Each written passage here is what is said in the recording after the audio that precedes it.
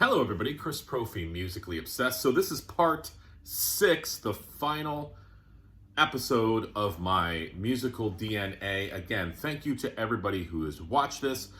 I'll leave a link below to parts 1 through 5, and I've said it before, but part 1 explains the whole reason behind this series. Basically, I'm showing 23 artists and 2 albums by each of those artists. And these are artists and albums that have influenced me throughout my life, specifically from the ages of 13 to 23. So let's get into it. I just have 3 today to finish up to make sure that I only have 23. So the first artist is the Ramones. And as a kid, I was getting into punk rock. I've said this before, I had a bunch of skater friends. I unfortunately did not skate. I was a wannabe skater. So basically what I would do is I'd sit there by the skate ramp and I'd watch them skate, but I would soak in their music. That's what I was doing. So I was getting into the Black Flags and the Circle Jerks and the Dead Kennedys and the Ramones. It was so exciting hearing the music from this album for the first time. You know, classic first album, you know, you're hitting the head with Blitzkrieg Bop, but then you have Beat on the Brat, Judy is a Punk, everything on here. I love the love songs like I Want to Be Your Boyfriend. 53rd and 3rd is a killer song. So the Ramones crept into my DNA, so much so that I have some tapes of me singing and original songs that I had written where I was basically just ripping off the Ramones. So I've always thought about putting those on CD or maybe even vinyl and putting them out there. But like I said, it's basically like me just making up my own songs, but they sounded like Ramones tunes, which is kind of funny. I apologize for the lawnmower in the back. They're mowing today, so if you hear that, I apologize. The other album that I got to show by the Ramones is one of my favorites, Brain Drain. Okay? This is such a killer record. Every song in here is great. I love their cover of Palisades Park. The Pet Sematary song is great from the movie. Merry Christmas, I Don't Want to Fight Tonight, Don't Bust My Chops, I Believe in Miracles. Everything on here is so good. Underrated album by them, Ramones, Brain Drain. Definitely a top Ramones album for me. And next, Frank Sinatra. Now, I said in the beginning of this series that when I would get into my grandparents' car, they were either playing Patsy Cline or Frank Sinatra. So those definitely got into my psyche from the beginning. My favorite Frank Sinatra album is Watertown. This is a later album by him. It is a concept record written by Bob Gaudio.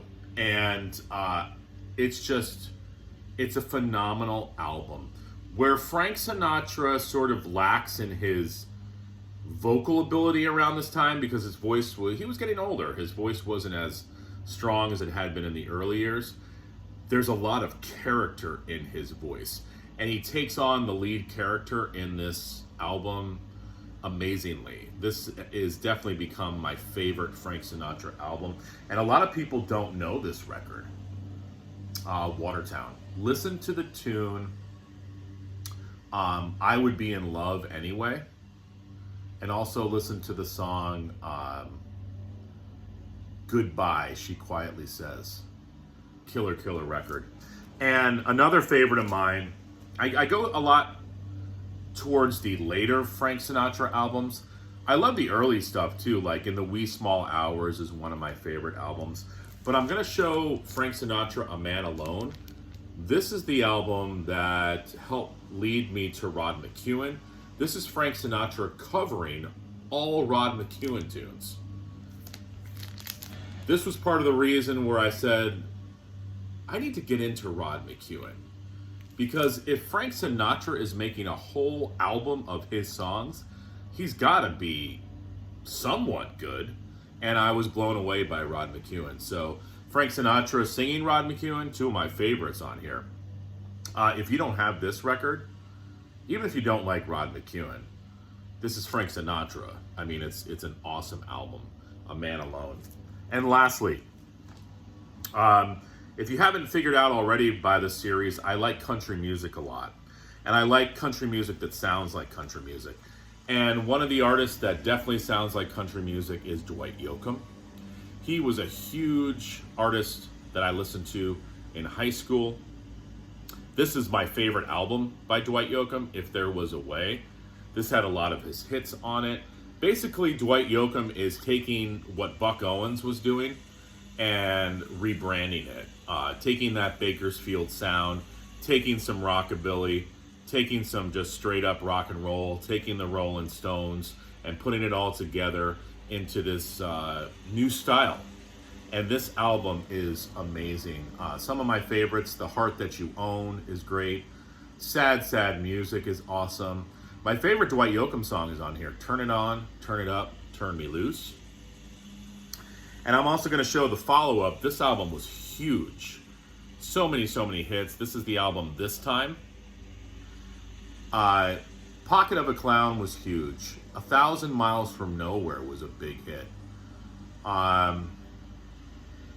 Ain't That Lonely Yet. That was on the radio all the time. And you've also got the tune Try Not to Look So Pretty, which was a minor hit for him as well.